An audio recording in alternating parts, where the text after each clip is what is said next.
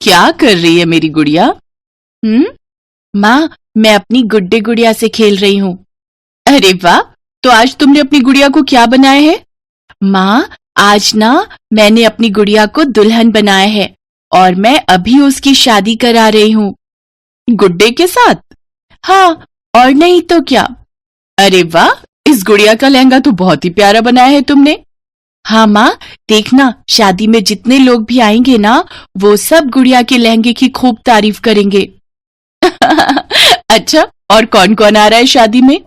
वो मेंढक जो पापा मेरे लिए मेले से लाए थे, मेरी पुरानी गुड़िया और वो गुड्डा जो मौसी ने दिया था, वो सब आएंगे। अच्छा है, चलो तुम खेलो, मैं चलती हूँ, घर के काम निपटाने हैं। आपने अपनी शादी में कौन सा लहंगा पहना था माँ?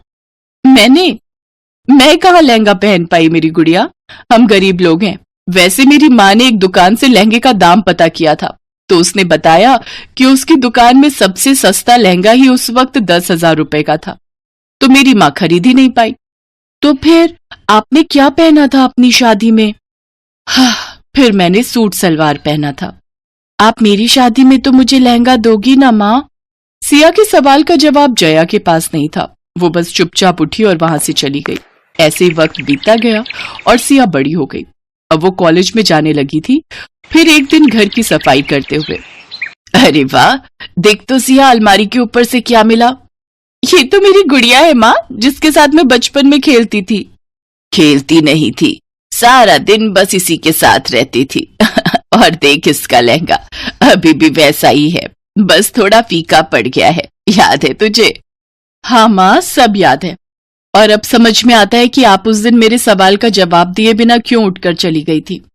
क्या करें बेटी, गरीबों के भाग्य में ये लहंगे वहंगे कहाँ होते हैं। माँ, ऐसे तो हमारे जैसे लोग कभी अपनी ख्वाहिशें पूरी नहीं कर पाते होंगे। हाँ बेटा, ऐसा ही है। तो माँ, क्यों ना मैं एक काम करूं, मैं सिलाई कढ़ाई का काम सीखूं और फिर सस्ते लहंगे बनाकर बेचूं, कैसा रहेगा? बात तो तेरी सही लग रही है। तेरा कॉलेज भी खत्म होने वाला है, मैं आज ही तेरे पापा से बात करती हूँ। सिया का आइडिया उसकी माँ जया को भा गया था और उसके पिता जनक राम को भी अच्छा लगा। कुछ दिन बाद ही सिया ने शहर में एक सरकारी इंस्टीट्यूट में दाखिला ले लिया, जहाँ सिलाई कढ़ाई का काम सिखाया जाता था। 1 साल तक सिया ने पूरी लगन और मेहनत के साथ सिलाई कढ़ाई का काम सीखा और फिर एक दिन, कितनी खुशी की बात है, आज हमारी बिटिया अपनी दुकान खोल रही है। हाँ भाई सिया, हमें तुम पर बहुत गर्व है बेटी, पर एक बात समझ नहीं आई कि लहंगे तो इतने महंगे बिकते हैं, तो फिर तुम उन्हें सस्ते में कैसे तैयार करोगी? आपने बहुत अच्छा सवाल पूछा है पापा। देखिए, कोई जीवन में एक बार ही शादी करता है, तो वो शादी में खर्चा करने से पीछे नहीं हटता। बस इसी का फायदा उठाते हैं शोरूम वाले। सामान लगाएंगे 25,000 का और लहंगा बेचेंगे 1 लाख का। मेरी कोशिश रहेगी कि मैं 2-3 हजार में लहंगा बनाऊं और उसे 4-5 हजार का बेचूं। इतनी समझदारी कैसे आ गई तुझ में? आपके साथ रहते रहते। उस दिन के बाद से सिया की जिंदगी बदल गई।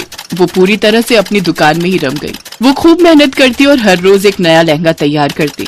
उसके डिजाइन बहुत ही प्यारे थे। धीरे धीरे लोग उससे आकर लहंगे खरीदने लगे। जब वो लहंगों के रेट सुनते तो हैरान रह जाते और बाकी लोगों को भी सिया की दुकान के बारे में बताते। एक दिन एक मोटरसाइकिल सिया की दुकान के सामने आकर रुकी। हाय, आप सिया हो? हाँ जी, बताइए। मेरा नाम निशांत है। मुझे पता चला कि आप सस्ते और बहुत ही अच्छे लहंगे बनाते हो। ओह, तो आपको लहंगा चाहिए?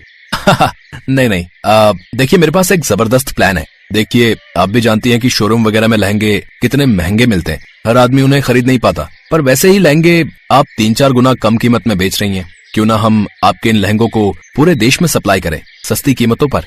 आपकी बात अच्छी तो लग रही है, पर मैं अकेली कितने लहंगे बनाऊंगी और हम उसे बेचेंगे कैसे?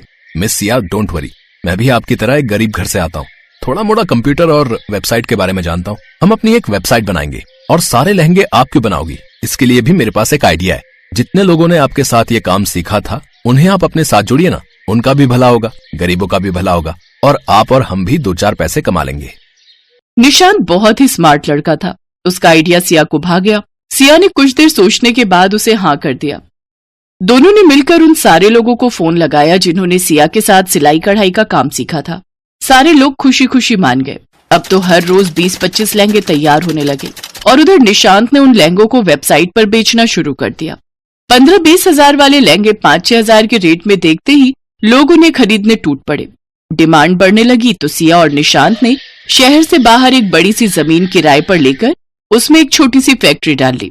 सारे लोग वहीं आकर काम करने लगे। सारे लोग खुश थे। एक दिन, सिया, इधर आओ ना, मैंने तुम्हारे लिए कुछ बनाया है। निशांत के हाथ में एक पैकेट था जो उसने सिया को दे दिया। तभी वहां फैक्ट्री के सारे लोग आ गए। वो सभी सिया के दोस्त थे। उस पैकेट को जैसे ही सिया ने खोला, उसमें एक बहुत ही सुंदर ब्राइडल लहंगा था। अरे वाह, ये तो बहुत ही खूबसूरत है। ये किसने डिजाइन किया? ये डिजाइन तो बहुत बिकेगा। सिया, अब ये बेचने के लिए नहीं है, ये मैंने अपने हाथों से तैयार किया है तुम्हारे लिए। क्या तुम इसे मेरी दुल्हन के तौर पर पहनना पसंद करोगी? निशांत की बात सुनते ही सिया कुछ पल के लिए शांत हो गई। उसकी आंखों में खुशी के आंसू थे। तभी वहां खड़े सिया के सारे दोस्तों ने तालियां बजाना शुरू कर दिया और फिर शादी वाले दिन हर किसी की नजरें सिया पर ही टिकी थी।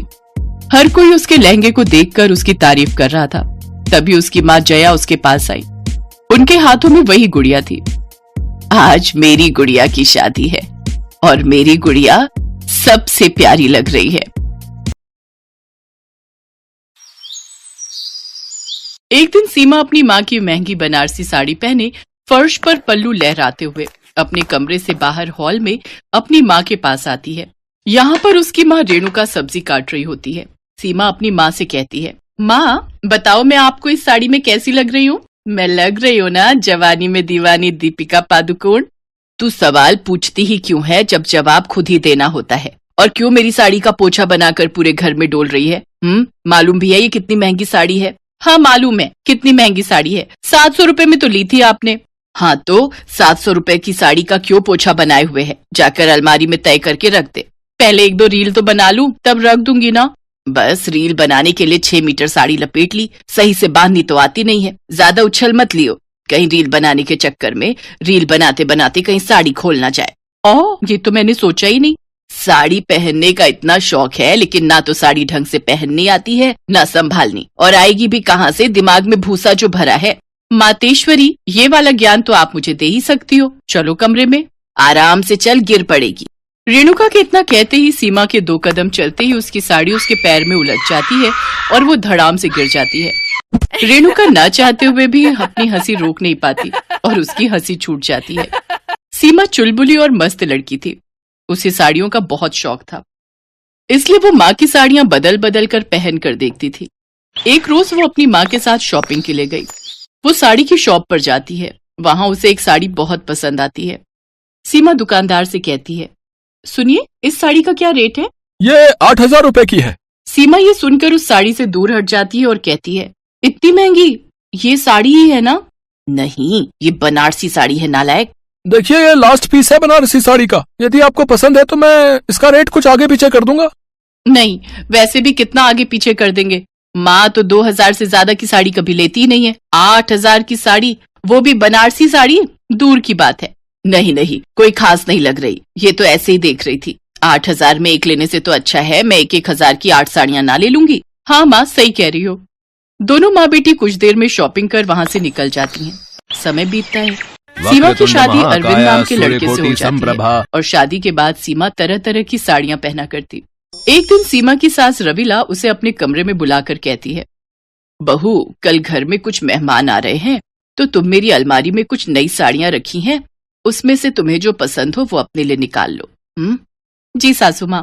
सीमा बिना कुछ सवाल किए रविला की अलमारी खोलती है और सभी साड़ियों को देखने लगती है, जिसमें से उसे एक गुलाबी साड़ी बहुत पसंद आती है। गुलाबी साड़ी निकालते हुए और दिखाते हुए अपनी सास से कहती है, माँ जी मुझे ये साड़ी बहुत पसंद है, ये साड़ी मुझ पर अच्छी लगेगी ना?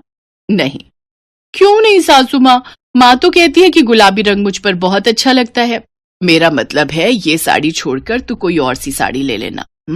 क्यों सासू माँ?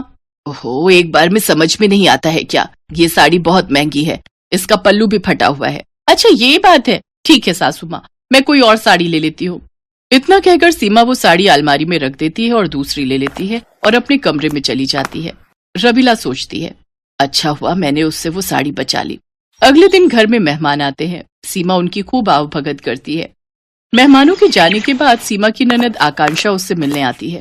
सीमा उसे अपने कमरे में ही बैठने को बोलती है। रवीना भी वहां आकर बात करने लगती है। सीमा चाय बनाने के लिए रसोई में चली जाती है। तभी सीमा की साड़ी पर चाय गिर जाती है और साड़ी पर दाग लग जाता है और वो खुद से कहती है, सत्यानाश हो, सासू माँ की साड़ी पर दाग लग गया। अभी अपने कमरे में चेंज करनी जाऊंगी तो सासू माँ 10 सुनाएंगी। इससे तो मैं सासू माँ के कमरे में ही चेंज कराती हूँ। तभी वो रवीना के कमरे में जाती है और साड़ी निकालने लगती है। तभी उसकी नजर उसी गुलाबी साड़ी पर फिर पड़ती है और वो उसे पहन ही लेती है। कुछ देर में वो चाय लेकर अपने कमरे में जाती है। रवीना और आकांक्षा दोनों हैरान रह जाती हैं। आकांक्षा कहती है, क्यों, ये महंगी बनारसी साड़ी आपने भाभी को दे दी क्या? क्या कहा दीदी आपने? सासू माँ की महंगी बनारसी साड़ी जो ये मैंने पहनी है? हाँ बिल्कुल, माँ ये साड़ी किसी को नहीं देती, फिर आपने कैसे पहन ली? ये साड़ी महंगी है ये तो सासू माँ ने कहा था, लेकिन ये साड़ी बनारसी साड़ी है ये बात सासू माँ ने बताई ही नहीं, तभी ये साड़ी लेने से सासू माँ ने मना किया था। बहू, मैंने तुझसे मना किया था, फिर भी तूने ये साड़ी कैसे ले ली? हालात ही कुछ ऐसे बन गए थे, मुझे ये साड़ी पहननी पड़ी। लेकिन आप ऐसे गुस्सा क्यों कर रही हैं? सासू माँ बिना कुछ कहे ही गुस्से में वहां से चली जाती है। तभी आकांक्षा कहती है, ये बनारसी साड़ी उनकी जिंदगी की सबसे महंगी साड़ी है। बनारसी साड़ी तो महंगी होती ही है, इसमें क्या बड़ी बात है? बड़ी बात तो ये है कि पूरे 20,000 रुपए की है, जो माँ ने जिद करके पापा से खरीदने को कहा था और ये वादा भी किया था कि ये साड़ी किसी को कभी पहनने को नहीं देंगी। क्या? मैंने तो ये महंगी बनारसी साड़ी पहन ली। वही तो भाभी। ऐसे ही 2 दिन का समय बीत जाता है। उसकी सासू माँ उससे कुछ नहीं कहती। ये देख सीमा काफी परेशान हो जाती है और अरविंद से बात करते हुए कहती है, देखो अरविंद, मैंने सासू माँ की गलती से बनारसी साड़ी क्या पहन ली, वो मुझसे नाराज है, कुछ बोलती नहीं है। तो तुम जाकर के बात क्यों नहीं कर लेती? और 2 दिन हो गए हैं, तुमने अभी तक माँ की साड़ी भी वापस नहीं की। हाँ नहीं तो, जब से पता चला है वो साड़ी 20,000 की है, मैंने तो उसे तय करके उसी कोने में रख दिया है, और फिर सासू माँ के पास जाने में भी तो डर लग रहा है। साड़ी लो और चलो मेरे साथ। तभी सीमा साड़ी लेकर सासू माँ के पास जाती है और साड़ी को अपनी सास को देते हुए कहती है, सासू माँ मुझे माफ कर दो और अपनी महंगी बनारसी साड़ी वापस ले लो।